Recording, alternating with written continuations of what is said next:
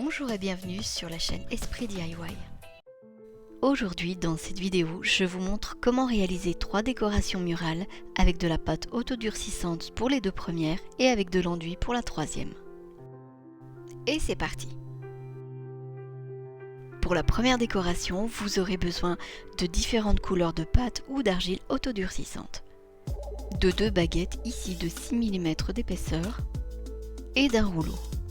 Je réalise des gabarits en commençant par tracer une demi-forme.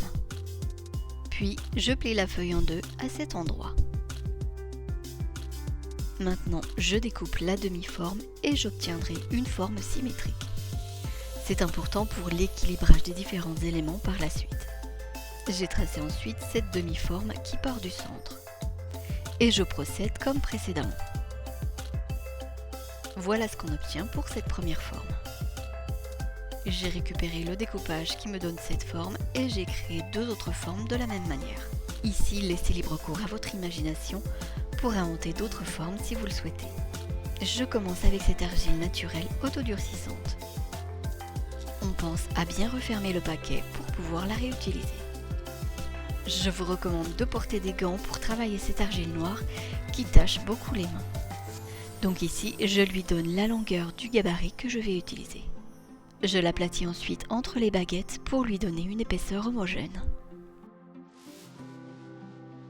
Ceci fait, il ne reste plus qu'à découper la forme en suivant le gabarit.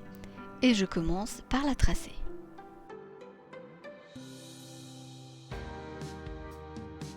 Ensuite, j'appuie avec mon outil pour découper la pâte. On peut bien sûr prendre à la place une pique en bois qui fera l'affaire. Les pièces découpées, je lisse leur pourtour.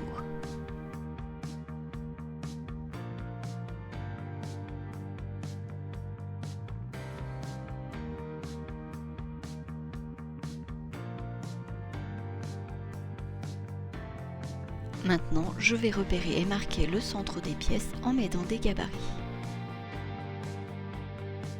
Avec ce petit tube en plastique, je fais un trou de part et d'autre du repère du milieu pour chaque pièce.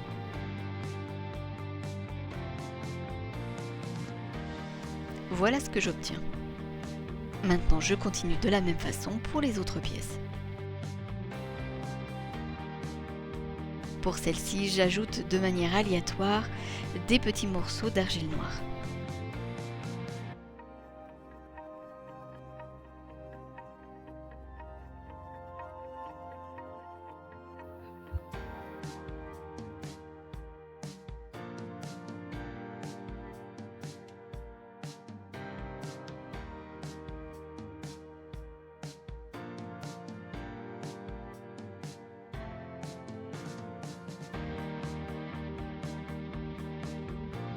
Pour la dernière pièce, j'ai mélangé 2 couleurs de pâte. Je vais reprendre un peu de pâte ici pour compléter là où il en manque.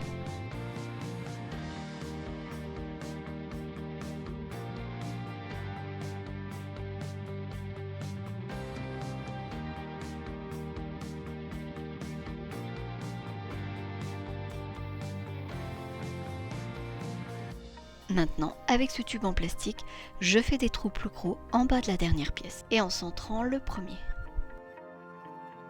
Je disposerai les pièces au final dans cet ordre. Pendant le séchage, on retournera de temps en temps les pièces pour les remettre bien à plat, parce qu'elles ont tendance à se recourber légèrement, en appuyant doucement tant que la pâte est souple, sinon elle risque de casser. Après séchage complet, on peut passer au ponçage. J'utilise ici un grain 240 et on pense à se protéger des poussières en portant un masque. Voici ce que ça rend après ponçage. Maintenant, je prends 2 à 3 fils de raffia en fonction de leur épaisseur. Je les plie en leur milieu et je les attache comme ceci à la pièce.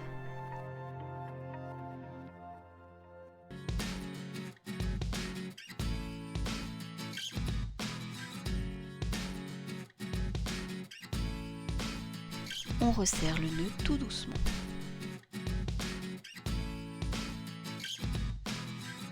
Je me sers ensuite d'un fil en craft armé pour assembler les pièces entre elles. Et j'ai coupé des morceaux de 12 cm. Le lien inséré, je mesure ici un espace d'1,5 cm.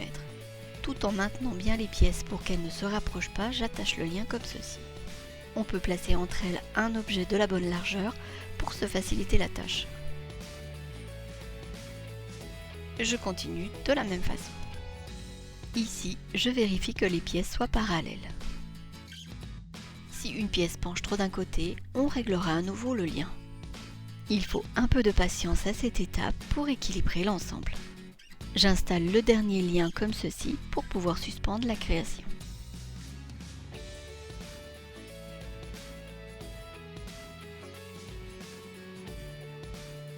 On peut maintenant sécuriser les nœuds avec un point de colle chaude et couper l'excédent des liens. Je termine en brossant les brins de raffia pour les dédoubler et donner du volume. Et c'est terminé pour cette décoration murale. Pour cette décoration qui est facile à faire, j'utilise uniquement de la pâte blanche autodurcissante.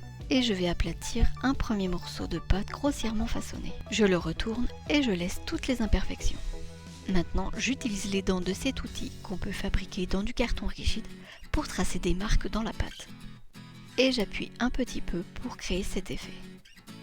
Ici, je ne cherche pas à avoir quelque chose de lisse. Je souhaite conserver l'aspect brut. Je réalise ici une deuxième pièce.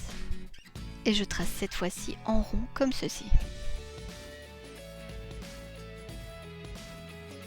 Là, j'aplatis un petit peu la matière. Je fais ensuite une troisième et dernière pièce plus petite. Chaque création évidemment sera unique.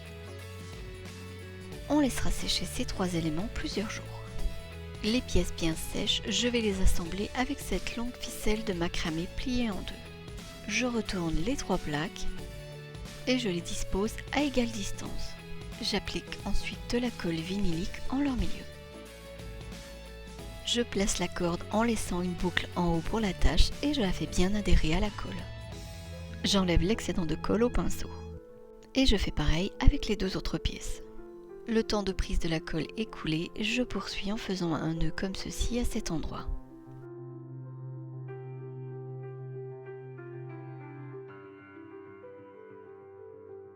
Et je brosse la ficelle de macramé. On coupe ensuite à la longueur souhaitée. Je sépare encore un peu les fils, la corde a tendance à s'enrouler sur elle-même. Et voici le rendu final pour cette décoration. On peut bien sûr la peindre si on souhaite de la couleur. Pour cette troisième décoration, j'utilise un cercle en bois comme support. J'ai ensuite découpé un disque aux mêmes dimensions dans du papier un peu cartonné. Puis je l'ai plié en deux. Et je repère son milieu. Maintenant, en partant du centre, je vais tracer des petites formes comme ceci. Vous pouvez bien sûr tracer d'autres formes, laissez parler votre créativité.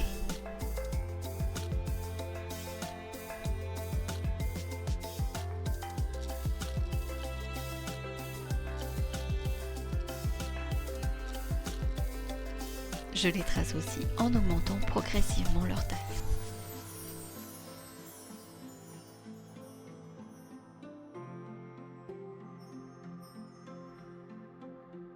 Voilà le patron terminé. À présent, je découpe toutes ces petites formes. Si on souhaite utiliser plusieurs fois le patron, on peut le réaliser avec un film en plastique spécial pochoir. Voilà ce qu'on obtient après découpage.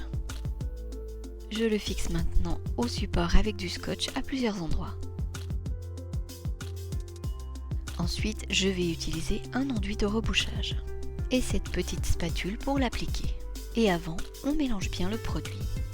J'applique l'enduit par petites quantités et en le lissant bien.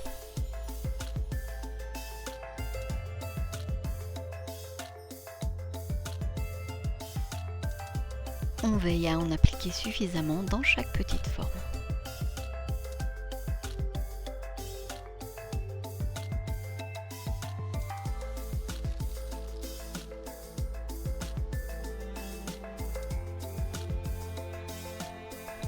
Et on lisse bien pour terminer. Après après avoir soulevé tous les morceaux de scotch, je retire délicatement le patron. Et voici ce qu'on obtient pour le moment. Ici, je récupère l'enduit qui pourra resservir.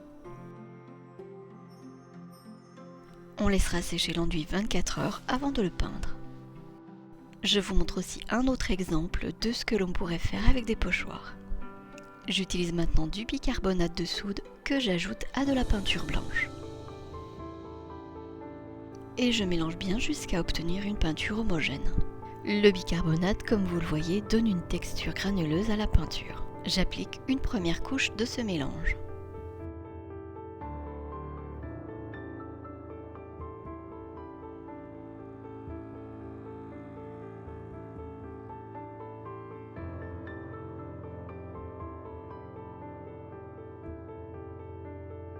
On laissera sécher cette première couche avant d'en appliquer une seconde.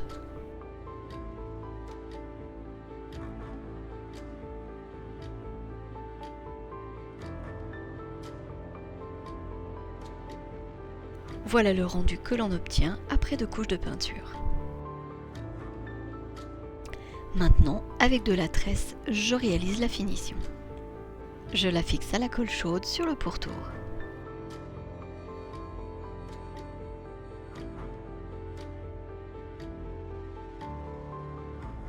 Arrivé à la moitié du collage, je surélève un peu la tresse comme ceci, ce qui permettra de suspendre la décoration. On continue ensuite le collage. Je termine en coupant la tresse. Les 2 extrémités doivent être placées bien bord à bord pour un raccord soigné.